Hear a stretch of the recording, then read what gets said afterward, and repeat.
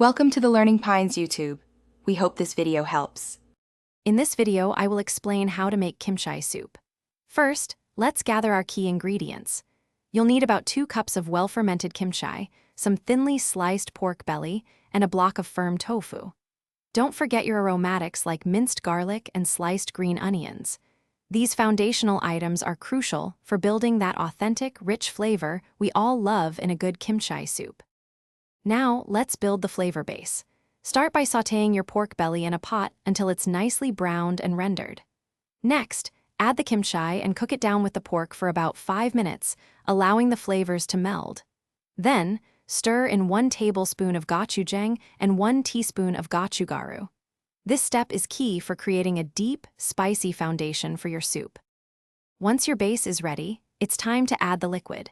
Pour in about 4 cups of anchovy broth, or vegetable broth if you prefer. Bring the soup to a rolling boil, then reduce the heat to a gentle simmer. Let it cook for 15 to 20 minutes, allowing all the flavors to deepen. Finally, carefully add your sliced tofu and cook for just a few more minutes until it's warmed through. Your delicious kimchi soup is now ready to serve. Ladle it into bowls and garnish with a sprinkle of fresh green onions and a tiny drizzle of sesame oil for an extra layer of aroma. This hearty soup pairs perfectly with a warm bowl of steamed white rice. Enjoy the comforting warmth and vibrant flavors of your homemade kimchi soup. It's truly a satisfying meal. Thanks for watching. Consider subscribing if we helped you.